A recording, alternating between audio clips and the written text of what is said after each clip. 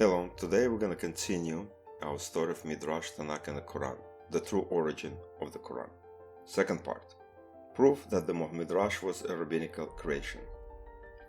In the twilight, between the sixth day and the Sabbath, 10 creations were brought forth, the rainbow invisible until Noah's time, the manna, water springs, whence Israel drew water for his thirst in the desert, the writing upon the 2 tablets of stone given at Sinai, the pen with which the writing was written, the 2 tablets themselves, the mouth of Balaam's Sheas, the grave of Moses, the cave in which Moses and Elijah dwelt, and the rod of Aaron with its blossom and its ripe almonds.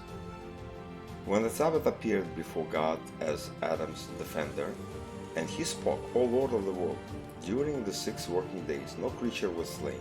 If thou wilt begin now by slaying Adam, what will become of the sanctity and the blessing of the Sabbath? In this way Adam was rescued from the fires of hell, the meet punishment for his sins, and in gratitude he composed a psalm in honor of the Sabbath, which David later embodied in his Psalter. When day began to dawn, he understood that what he has deplored was but the course of nature, and he brought an offering unto God, an unicorn whose horn was created before his hoofs, and he sacrificed it on the spot on which later the altar was to stand in Jerusalem. At the same time Noah conveyed by his words that the Shekinah would dwell only in the first temple erected by Solomon, a son of Shem, and not in the second temple, the builder of which would be Cyrus, a descendant of Japheth. But what will be me of my descendants? Asked Abraham, after the temple is destroyed. God replied and said, If they read the order of sacrifices as they will be set down in the scripture, I will account it unto them as thought they had offered the sacrifices, and will forgive all their sins. And God continued and revealed to Abraham the course of Israel's history, and the history of the whole world. The heifer of 3 years indicates the dominion of Babylon. The she-god of 3 years stands for the empire of the Greeks, the ram of 3 years for the Medo-Persian power. The rule of Ishmael is represented by the ram, and Israel is the innocent dove. At the suggestion of those judges, the cities set up beds on their commons. When a stranger arrived, 3 men seized him by his head and 3 by his feet, and they forced him upon one of the beds. If he was too short to fit into it exactly, his 6 attendants pulled and stretched his limbs until he filled it out. And if he was too long for it, they tried to jump him in with all their combined strength until the victim was on the verge of death.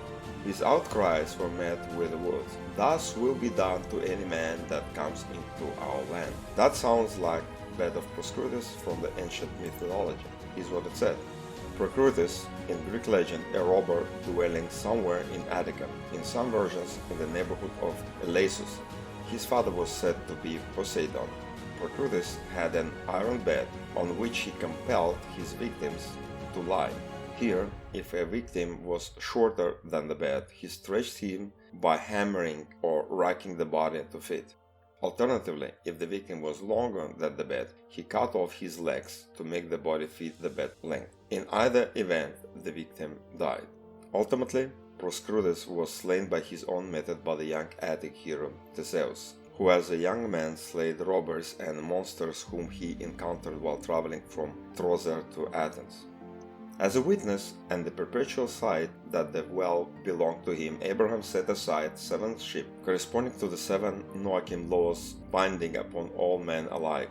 But God said, Thou didst give him 7 sheep. As thou livest, the Philistines shall one day slay 7 righteous men, Samson, Hophni, Phinehas, and Saul with his 3 sons, and they will destroy 7 holy places, and they will keep the holy ark in their country as booty of war for a period of 7 months. And furthermore, only the 7th generation of that descendants will be able to rejoice in the possession of the land promised to them. She suffered torturous pain because her twin sons began their lifelong quarrels in her womb. They strove to kill each other. If Rebekah walked in the vicinity of the temple erected to idols, Esau moved in her body, and if she passed the synagogue or a Beth HaMidrash, Jacob essayed to break forth from her womb. Of a miracle done for him at that very moment, Jacob himself was not aware. Had he tarried with his father an instant longer, Esau would have met him there, and would surely have slain him. It happened that exactly as Jacob was on the point of leaving the tent of his father, carrying in his hands the place of which Isaac had eaten, he noticed Esau approaching, and he concealed himself behind the door. Fortunately, it was a revolving door, so that though he could see Esau, he could not be seen by him. Now when Jacob saw the daughter of his mother's brother approaching, he rolled the great stone from the mouth of the well as easily as a cork is drawn from the bottle. The fourth wonder of this extraordinary day. Jacob also sent word to Esau, saying, Thought I dwelt with that heathen of the heathen Laban, yet have I not forgotten my God, but I fulfill the 613 commandments of the Torah. While Jacob and his sons were sitting in the house of learning, occupied with the studying of the Torah, Dinah went abroad to see the dancing and singing woman, whom Shechem had hired to dance and play in the street in order to entice her forth. Had she remained at home, nothing would have happened to her. But she was a woman, and all women like to show themselves in the street.